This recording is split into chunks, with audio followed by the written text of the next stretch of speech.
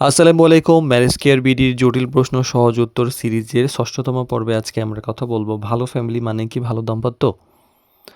তো উত্তর আসলে কনফিউজড যে আসলে সঠিক উত্তর হ্যাঁ বা না। সবসময় হ্যাঁ বা সবসময় না এমন হতে পারে। কারণ অনেক ভালো পরিবার একটা ইতিবাচক দিক। কিন্তু আ ভালো পরিবার মানেই যে দাম্পত্য ভালো হবে এইটা কিন্তু নিশ্চয়তা হয় না।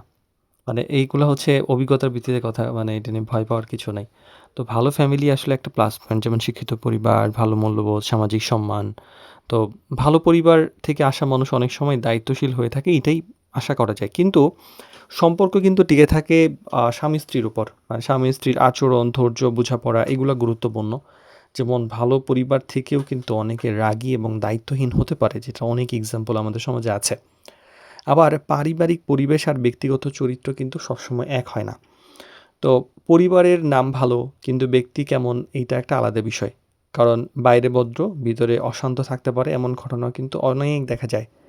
আবার পরিবারের মধ্যেও কিন্তু মিল থাকাটাও জরুরি। শুধু এক পক্ষ যে ভালো হলেই হয় এরকম না।